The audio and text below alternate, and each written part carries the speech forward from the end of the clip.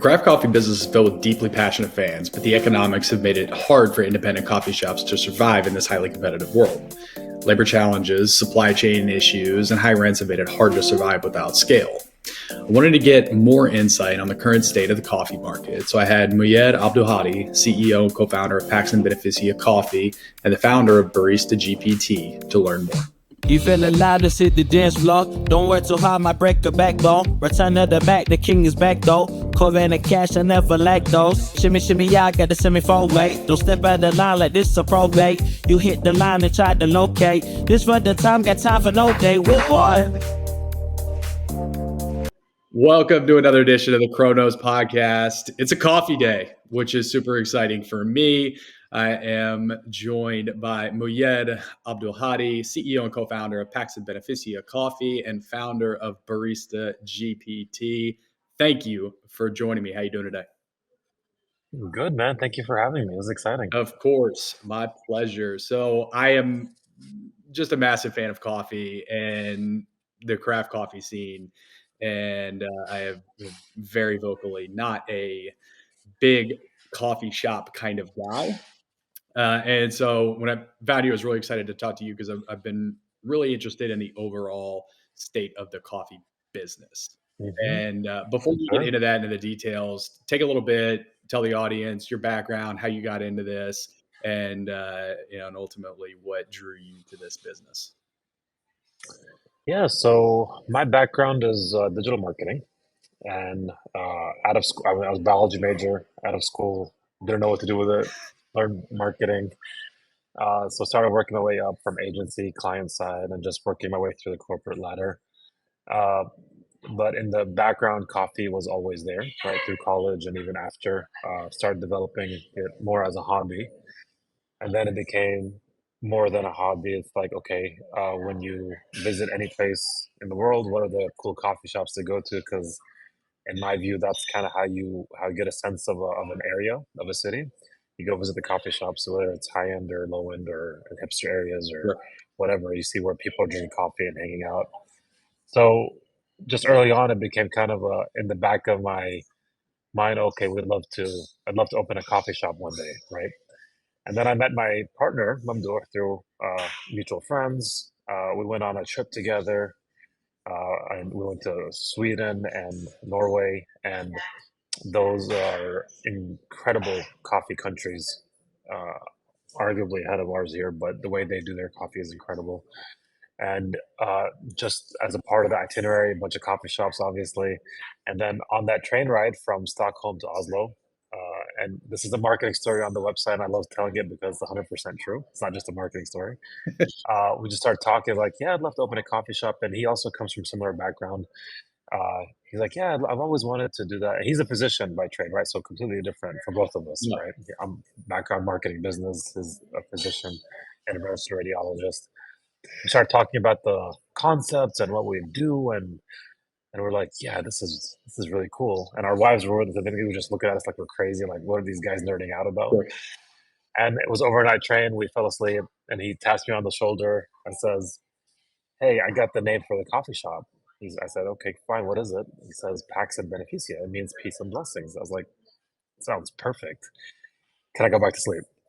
So went back to sleep. And then that's kind of the rest of it. And then that was kind of April 2018. And through the rest of the year, anywhere we'd both be, we'd just send each other kind of coffee shop pictures and menus and, oh, this is cool. I like how they did this, and just get inspiration. And then found the location, our first location in Irving, had family visit. I was like, okay, this could be a great spot for it. Called him up, and I said, I found a great location. You actually ready to do this? And he said yes, and the rest is history. And then from there, we made so many mistakes, as a lot of people do when they're opening a business or any entrepreneurship venture, right? So it was a lot of learned by fire and building it out and all the decisions, and basically doing a design build at the time. And early on, and then COVID hits, right? Like we were literally open August 2019, and then 6 months later, COVID hits, right? So that was just a wild 2.5 years. But early on, we decided, okay, we had to make a decision. Do we want to stay in one coffee shop or do we want to become a coffee company, right? And the decision was easy. We're like, well, no, we want to. This could be a really big brand. And from there, we just started getting more opportunities. Opened our second one, and then we knew the next one after that we'd want to roast our own. Mm. And our third one, we had a roastery, and it's kind of our flagship where I'm sitting now. And then now we're at 5 locations. So 5 locations in 4 years. This is our 5th year in business. Again, made a lot of mistakes, learned a lot, but I think we're just scratching the surface on the company. So yeah, that's kind of the Pax and Beneficia coffee background, Yeah. and yeah, wherever we want to go from there. Yeah. There's a lot of places. I want to start with, and we're gonna tease your newer venture. That's a really Hmm. interesting piece of this as well, and leveraging technology to be able to help independent brands grow. But I want to take a step back and talk high level just about the current landscape of the independent Sure. coffee business. So obviously, it's weird how, even when Starbucks got started, it was still the same thing, right? You had Hmm. the big Yep. brands that were dominating a lot of the areas. Nobody's ever done it like they did, but it was always that, because coffee is a very emotional thing, and Hmm. the coffee fanatics are very passionate about their coffee. Hmm. And we saw, obviously, through COVID, we're in a different situation now, but independent, no matter what it is, whether it's restaurants, whether it's coffee shops, Hmm. most businesses like this they have a lot of challenges, right? Labor, things like that, Hmm. supply chain. Talk to us a little bit about how you see just the landscape of the independent coffee business right now. Yeah, so it's very funny, like here in Dallas, especially. So I think we opened packs at the end of what is traditionally known as the third wave of coffee, where it became a lot more specialty. And I think the Starbucks of the world paved the way for the third space and what we could become here. Mhm. And then from there, the coffee industry kind of changed, so becoming more, like to your point, independent specialty coffee shops, local, high grade, high scoring coffees in the area, and then you can see kind of the roaster going back and forth, getting the coffees. Uh, but for here in Dallas, when we opened in August 2019, the Dallas market was still very, very fresh. Mm. There was only a handful of specialty coffee shops in the area, in the city, and you remember this. You're from here. I think it was like there was only like a handful of roasters. It was kind of just still a burgeoning scene. Right. And then in the 5 years since, not only have a lot of big companies merged, now you have independent coffee shops almost in every area, which is fantastic. But uh, what I think is going to happen eventually is I see it happen 2 ways, right? Like, I think one, people think coffee is a very high margin business, Mm. and it's not, right? Like in restaurants in general, like if you're making 15 to 20%, like you're killing it. Yeah. And if you're in higher end areas and higher occupancy and higher labor, to your point earlier, then that was also obviously kind of know your margins. But what I foresee happening is a lot of these independent coffee shops are either going to be bought out, they're going to shift into something else, or they're going to kind of come together and have kind of a co-op collaborative environment. Just because as a coffee shop, let's say an individual coffee shop,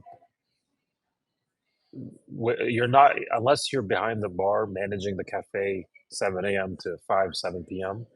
You're gonna have to pay a manager. You're gonna have to pay baristas, Mhm. which cuts into your margins, Mhm. which is kind of like the E-Myth revisited type stuff, right? Like you start getting into your own way, and then ultimately, I think everyone has to come to that decision: do you want to be a coffee shop or a coffee company, right? And if people are comfortable having that coffee, being that coffee shop, and working it and making it, I think that's admirable and respectful. But I think that's kind of the direction that people are gonna have to go. Is either go like combine forces and grow, or uh, uh, sell and get out, or keep growing, right? So that's kind of the one side of the industry, which is a good and bad thing. I mean, it's good because especially coffee's everywhere. People should be drinking better Mhm. coffee. It's a bad thing because you hate to see people. do this kind of stuff and then it's suffer, right? Like I'm not even saying from a competitive perspective. I mean, DFW is a huge market. There's plenty of market share to go around. People moving here every single day. Yeah. It's more of like you just hate to see small businesses dying, Yeah. right? Yeah. Especially when it's a commoditized product like coffee that was already commoditized, it's further commoditized, and it's just like how do you differentiate your brand? Yeah. And then the other industry trends that are going to affect everybody from people like us, like we're at 5 locations, to the people that are at 14, 15, 20 locations, to the Starbucks of the world, is further automation, further technology implementation that I wouldn't say will eliminate the specialty coffee feel. It will kind of change the dynamics, right? Like for example, at PAX, we have, I mean, we'll talk about it, I think, more here later, but like we have the AI ordering, we have the kiosks, we even have, and a lot of people are worried about this and think this isn't specialty, but we've actually installed super automatic Eversys espresso machines Mhm. that just, and the coffee and the milk taste just as good as it does from a manual La Marzocco Strata and a manual grinder, right? So, but that's all stuff to help improve workflows and help with cogs, help with labor and stuff. While for us, at least, it still kind of supports that specialty coffee atmosphere, right? Like for even like when we launched all that stuff, we said clearly that it's not meant to replace anybody, not meant to cut labor. It's meant to give people, both customers who want to order, an easier way to order, another option. Maybe you don't want to talk to a barista. And also for the baristas, this is going to improve your workflow so you get drinks out faster, also improving the guest experience while not sacrificing quality. And in fact, it gives you more opportunity to interact and engage with the customer to help grow that hospitality field that we want, right? Which makes sense. So I'd say, I'm a black yeah. coffee guy, and for Hmm. people like me, I don't. There's no reason to take a trained barista's time to make a black coffee for me, and so we automate that. It Yeah. makes all the sense. Yeah, exactly. Exactly. And those are kind of things I think everyone is gonna was gonna have to figure out how to live with. Especially, I mean, honestly, with increased labor costs, increased cogs, inflation is real, right? So all of this cuts into your margins. So you have to kind of make these tough decisions as a business owner. Is okay, which direction is my company going to take?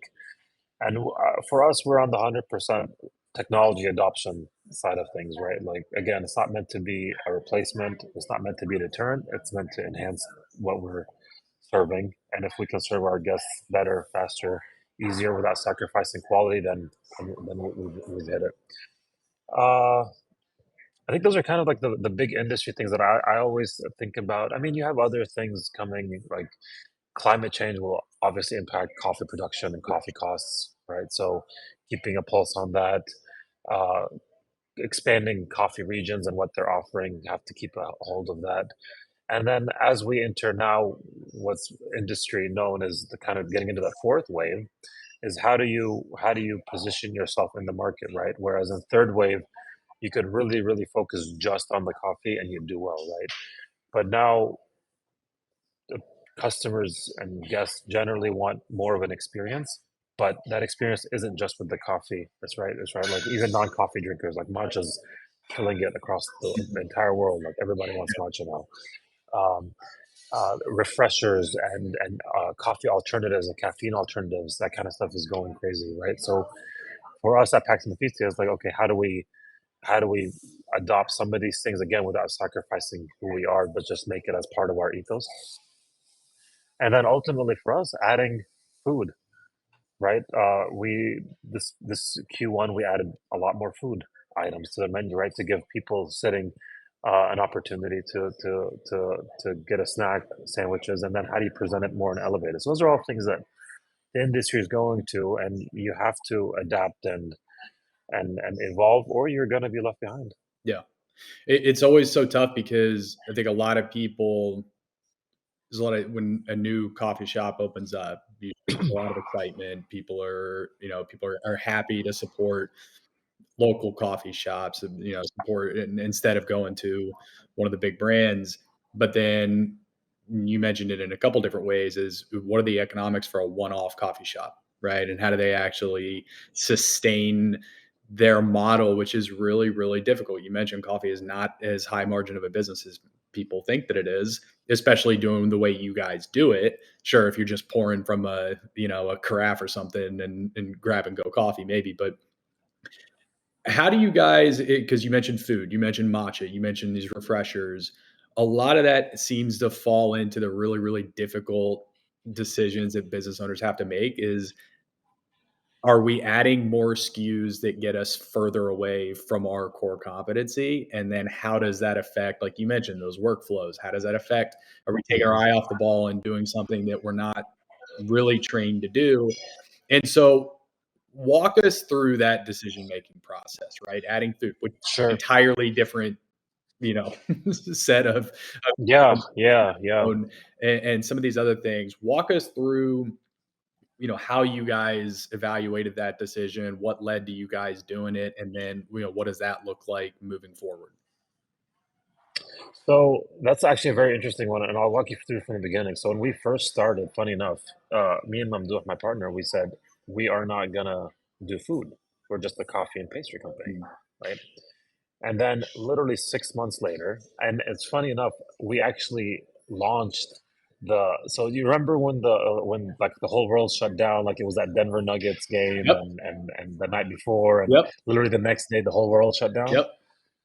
That Sunday before, that was a Tuesday if I remember correctly. Mhm. That Sunday before, we finalized all our toast options, and we said we're launching Mm. toasts. So we launched it that week, right? Which in hindsight was actually like it was good that COVID hit because it allowed us to really kind of reset, but that's a different conversation. Yeah. So we're like, so we went from not doing any food to okay, let's start with toast. And the reason we did that was again, we started seeing a lot more coffee shops doing Mm. toast, and we looked at our menu. I was like, okay, is there a way we could fit this without sacrifice? Can we? Two questions. Can we do this where we're not sacrificing quality, where it adds revenue, and where we could do it in a way that it fits our brand, right? The Pax Beneficia way. And the answers to all of them were yes. And it took us a while to develop those toasts, right? So like our avocado toast, everybody has avocado toast, but what was our unique spin on it? It was more of a Mediterranean look Mm. and feel. Uh, we did a ricotta toast that has this like our own special blend of adding ricotta and stuff. So all that to say, well, we had to make a decision because we needed to increase sales and we needed to do it in a way that was still tasteful and fits our brand. So that was 2020. And then fast forward to 2023. It was okay. Now it was different discussions. Well, in those 3 years, the industry also changed, right? uh, a lot more cafes from like Australian influence, where Australian influence is more not just coffee, but it's like when you go to a coffee shop, even a specialty coffee, it's coffee and food. Mm. Um, like Proud Mary's out of Austin does this really, really well. And then you have other kind of people doing that, like a Foxtrot. They have sandwiches, and so it just became kind of more of an expectation of like you can't just serve coffee and pastries and toast. You are if you're getting into the third wave and giving more people that want different things, then you have to give them something to be able to order. So, but from the business side, it's like okay, what are we actually launching? And it was the same kind of conversation. Can we do it tastefully? Can we do it where it doesn't impact the workflows and doesn't overburden the baristas? Can we do it in a way that it fits the Pax and Beneficia brand? So we hired a chef actually, local. Her name is Chef Gigi Zimmerman. Shout out Chef Gigi. I met her through a friend, reached out to her and said, took her to our Las Colinas location because that one's kind of one that, like the back of the house was kind of the smallest one. Mhm. I said, okay, here's the space we have. How do we build a food menu? We can add maybe one or two more pieces of equipment without being a full kitchen. So she developed a fantastic menu, like with egg sandwiches and salads and salmon bagels and even a hummus plate, a fruit and cheese plate, right? That all are things that we already have sandwich prep. We already have the fridge space. It just we literally added two more pieces of equipment: a countertop convection oven and a panini press, and we were able to launch a food menu, right? So uh, the rollout was difficult. We rolled out one cafe at a time, a lot of trial and error, a lot of training. Uh, but our food sales went from 9% to 15% across the board. Wow. Well, that's a big jump, right? When you're going from a $7, $8, $9 toast to a $12 bagel, right? Salmon bagel, right? And then now it's like, okay, we've perfected it. Now what else can we do? So we actually have another food expert coming in and elevating the existing menu, right? So now we can still offer those awesome savory and sweet food options for breakfast, lunch, or even an afternoon snack, late afternoon snack, while also still focusing on the coffee. And we've even evolved ourselves as a company. We've like our Grapevine location is now more of a commissary, right? We've taken out the prep work from the cafes, doing it more commissary here, which allows us to do a lot more and not relying on prep. So we've kind of found that balance now, but the business decisions were still, does this fit our brand? Can we do this in a way that doesn't impact workflow? And does it increase revenue while controlling costs? And the answer when all of them are yes. And there were some dishes and some things that we'd have and be like, no, that's still too hard, or we need this equipment, or we need, and it was like, okay, X that out. We're not going to add that. So I think you have to. I mean, uh, from my chair, I'm just personally, just as an entrepreneur, I'm more of the go go go, like MVP, launch it, figure it out as you go type. Whereas, thankfully, I have like our director of ops. Always a devil's advocate, right? He's like, "What about this?" And it kind of is a good. And my partner also, he's a physician, obviously, so a scientist by trade. Right. So he's always thinking about, okay, what are the? So it's a good balance of people, and somebody in my chair, I have to have those people around me to keep me kind of grounded, Yeah. and I have to be honest with myself and understand that there, like it's all positive intent. It's not, nobody is impeding progress. It's like, can we do this in a way that, Yeah. and another example, this is actually something that we haven't done. Had a lead on really affordable soft serve machines, Mm. right? Well, the Texas heat is crazy, so having soft serve would be really, really cool. I said it to my director of ops. He's like, this is cool, love to do it if we could do it the Pax way. And I was like, spot on, Yeah. right? Like, it's, Yeah. if we can't do it the Pax way, then what's the point of having soft serve, right? Yeah. We're not a McDonald's, and those are the kind of discussions we have to have. Yeah. And you mentioned a couple things at the beginning here, the fact that you guys are roasting your own. You mentioned moving to more of a commissary model, which the most effective way, it seems like, has been proven time and time again, is the more economies of scale you can get, the better, and that centralization really helps.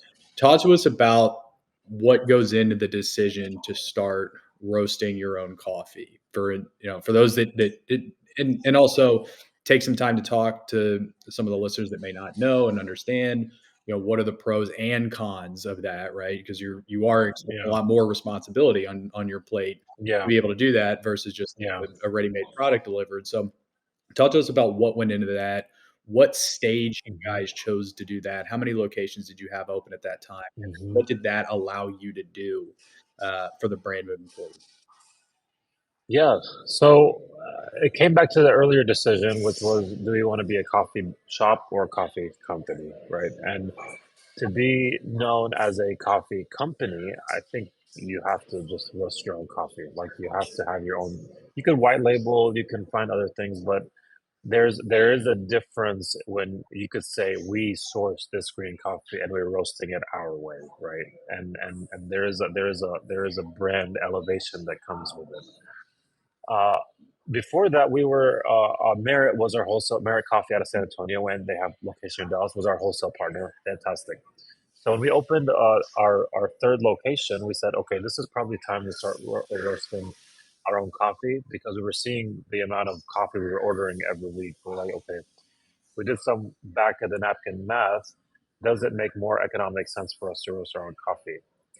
Um, for us, and I'll talk about us, I think that for us, we've had a tendency to put the cart before the horse, right? So we always tend to build the infrastructure and then grow into it, which is an interesting Mhm. problem. And using specific examples, like, we built the roastery, and our roaster was fantastic roaster. He knows how to roast coffees better, as good as any great roaster in the country. But he never ran a roastery, right? So from an economic business perspective, we were learning together on how to actually run a roastery Mhm. profitably. And a specific example is like when we launched, we had like 7 or 8 coffees on as options when we probably should have started probably 4. Mhm. Well, how does that affect things? Well, just from having green coffee in your storage and in your warehouse, you're having to release those pallets. That's extra inventory that you're having to manage, right? And those inventory costs are pretty high, right? Uh, so stuff like that, you just kind of learn. But now we're at 5 locations. It's making all the sense to roast our own coffee, right? Even when you factor in the roaster salary, the cost of the green, the cost of the bags, even delivery, Mhm. van costs, right? It just makes economic. Even if it's breaking even, it's we're not spending extra on roasting our own coffee. Right. So for others, I would say either one, start roasting right away, but doing it in a very, very small, methodical way. And don't go hire a roaster and build out a facility and try to grow into it. Like start doing it in a very, very sustainable, small way and then grow versus how we did it. And then ultimately, I think even if you run one coffee shop, you can start roasting, but you're going to be roasting for a few hours every week because you're not doing the volumes unless you're a really busy coffee shop, which there are some of those. There's a lot of those all over the country. But as you add more locations and build out wholesale and build out retail and direct and D2C, uh, then it becomes a lot more. It makes a lot more sense to start roasting your own. Yeah. What you mentioned the DTC piece, and you guys sell yours Mhm. direct to consumers as well. You sell it Mhm. online. I'm sure you buy it in the location as well. Mhm. How have buyers' preferences changed? I think people there's always the old, the boomer move of, these kids would stop going out and spending so much money on coffee and make it at home, Yep. they'd be able to buy a house. And you mentioned the Yeah. avocado toast as well, and man, you guys are killing the Yeah, that's a big one. but so how have preferences changed both in what are they looking for in the store? You mentioned, looking for more matcha and refreshers, things like that. But how has preferences changed on making coffee at home? Are you guys seeing more people shifting to buying in bulk and making it at home? What does that look like? Yeah, I would say it's a growing thing for us. Like we're not at a level of like a Blue Bottle or Onyx or Intelligentsia, these big companies that are uh, doing a lot of D2C yet. But that is something we're investing heavily in this year. But from a retail perspective, and it's funny, like when we launched e-commerce last year, uh, we told our teams in the stores like, hey, start pushing e-commerce, like they can subscribe and just to grow that part of the business. And funny enough for us, people would tell our baristas, yeah, I know I could buy it online. I just like coming into the store and buying coffee, Mhm. right? Which is normally equivalent to buying the bag and buying a drink, Right. right? Which for us is like, oh, that's fantastic. So the I think the trend has continued going up. I think people are enjoying making their own coffee at home more. There's an entire world of home baristas right now where Mhm. 5 to 10 years ago, I think it was still coming up, but now literally, I think most of my friend group, and they're not really even coffee drinkers. They have a Breville espresso machine at their house. Mhm. People are making pour overs and Chemexes, and they're looking at these things, and it's become kind of a almost a status symbol to say that you are a specialty coffee drinker and you make your own coffee and you could do latte art and you could dial espresso and you like these beans, et cetera, et cetera, et cetera. So, I mean, we like everyone's on TikTok and Instagram, and you see like the constant flow of people just making coffee at home. So, Mhm. uh, it's a good thing. Like it's a great thing, right? Again, I come back to what I said earlier. Is like I'm glad people are drinking better coffee, right? Like there's no reason, and it's not that much more expensive, right? There's no reason for you to be stuck with Folgers all your life, right? Or Keurig cups or whatever. Which I mean, obviously they have their markets, but you know what? You can like I tweeted this the other day is like you can change your life with $100 investment just in a hand grinder, Mhm. a V Hario V60, and filters, and just go to your local roaster and buy a bag of coffee, and your morning will change because you could taste the difference in the coffee. So I think people are getting to that, and that forces us as a coffee company to continue iterating, to continue seeing what better coffees are out there, how to roast the right way, how to source the right way to make it sure it's appealable to everyone as well. Yeah, and you mentioned a couple times, doing it the Pax way and the brand that you have, and so what are you guys seeing? Let me ask it this way: from when you guys started, on the train, and when you guys really got started late in 2019 to now, how do you guys approach, constantly thinking about what your brand is and outreach and staying true to that brand? Talk to us a little bit about how you developed it, and then how are you continuing to get that brand out there? Yeah, so that's a very good question because we're still kind of going through multiple. Like we're going through a rebrand right now. So when we first started, we knew we wanted to be a modern coffee shop with influences from different parts of the world, specifically Andalusian Spain, Turkey, the Middle East, and even Scandinavian, right?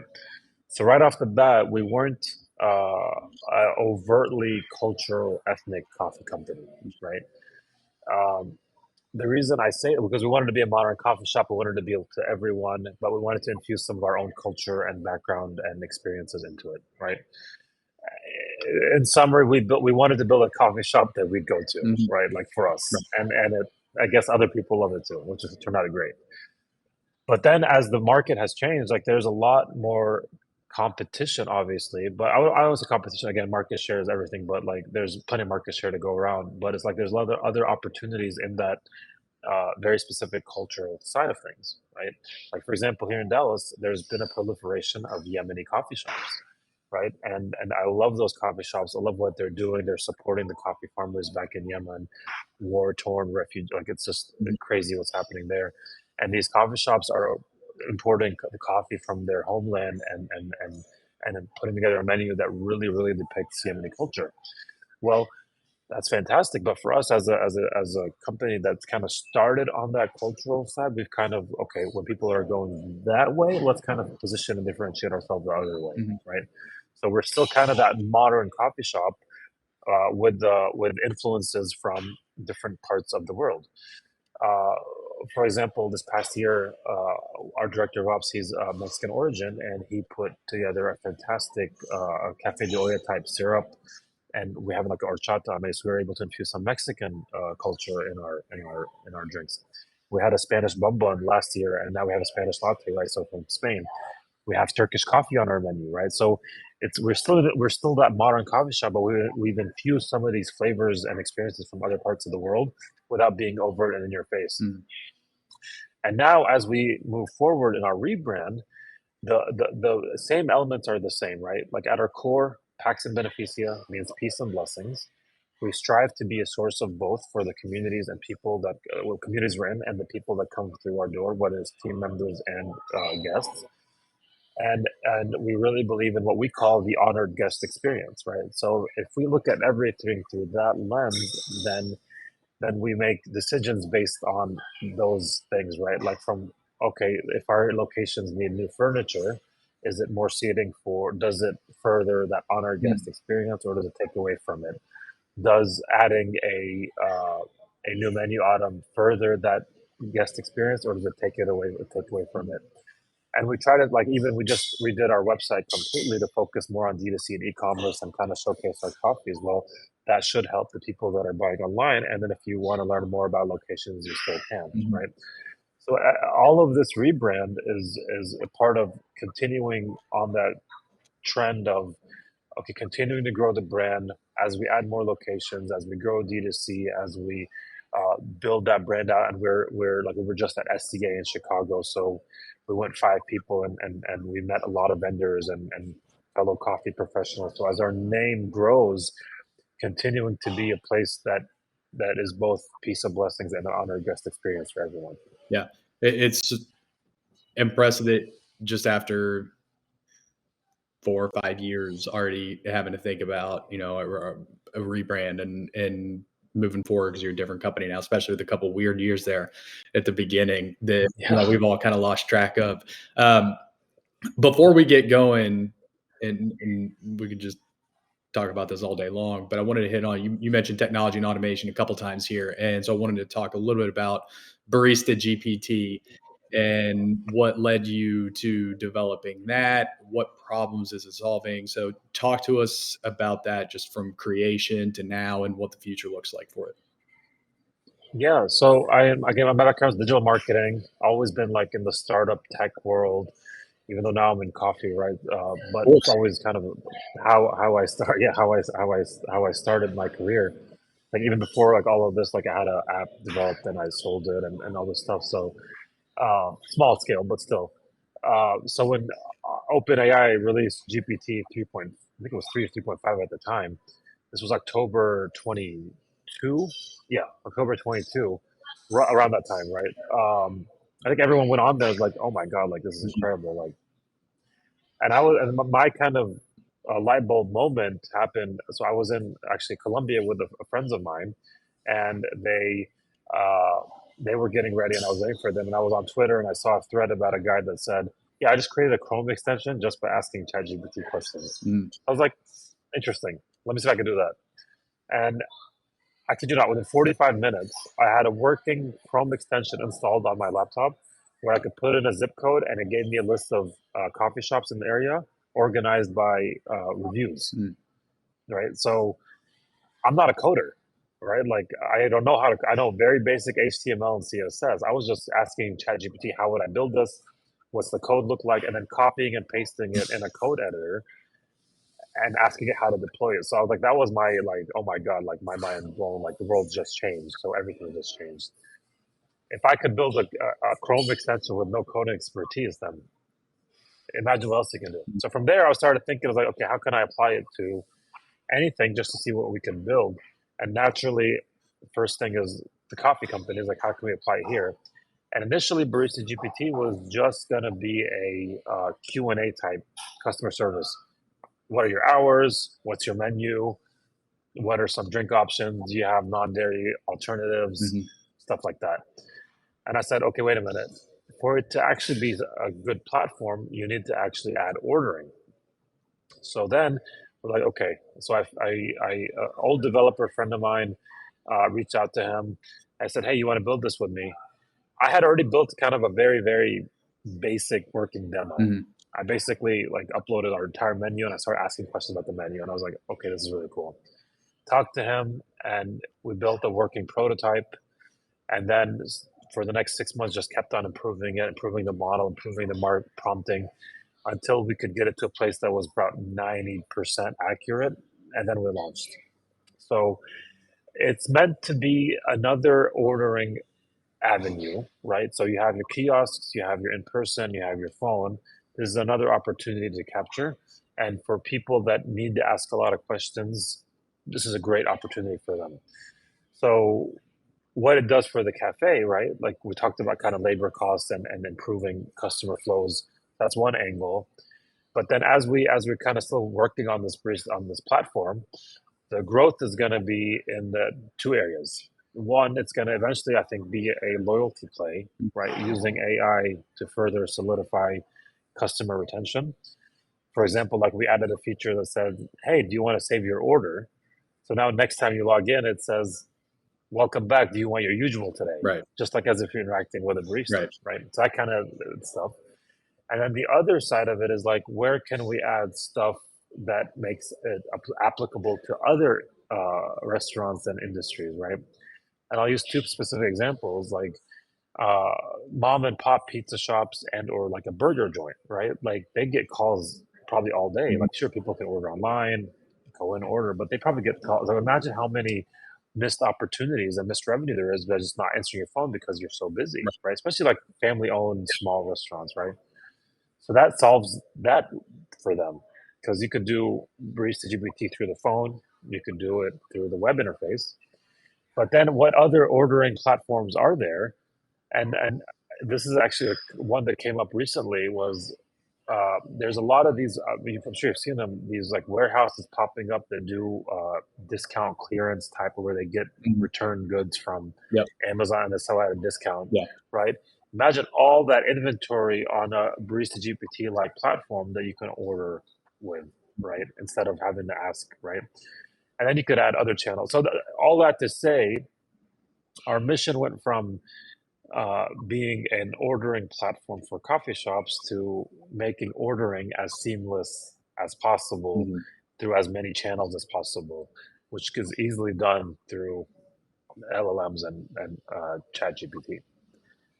That's extremely exciting. I remember when I first saw Barista GPT, it definitely light bulb went off in my head. I was like, "Oh man, this is very much needed for any." I mean, and you mentioned it in a couple different ways, but ultimately, if you're an independent coffee shop, you're a one-off, or maybe two locations. If you're not embracing technology and automation wherever you can, it's just too difficult to succeed.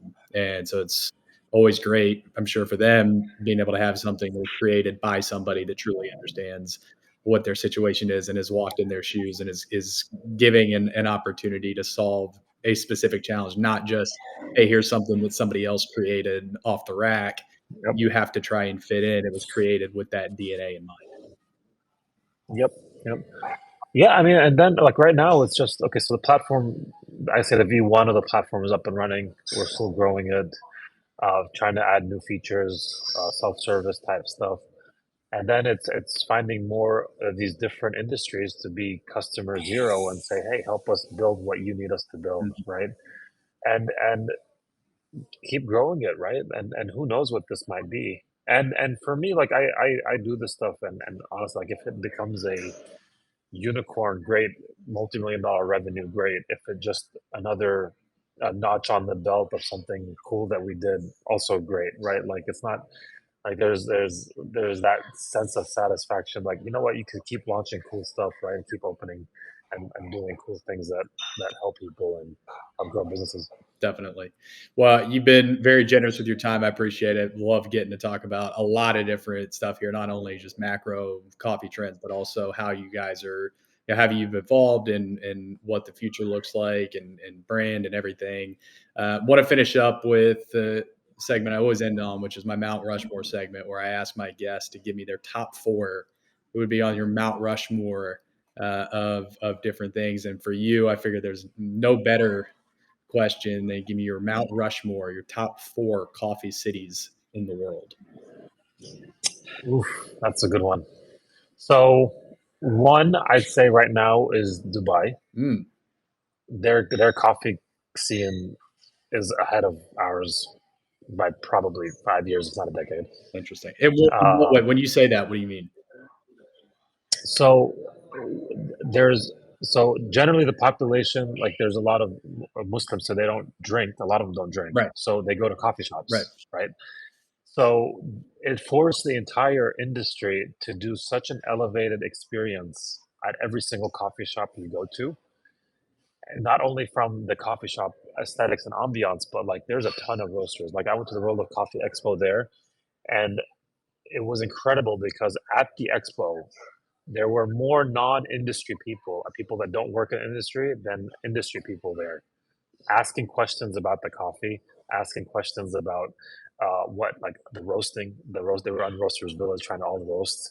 There was the Roasters Village. There was double the size of the Roasters Village at the biggest coffee expo, which was just here in Chicago last week.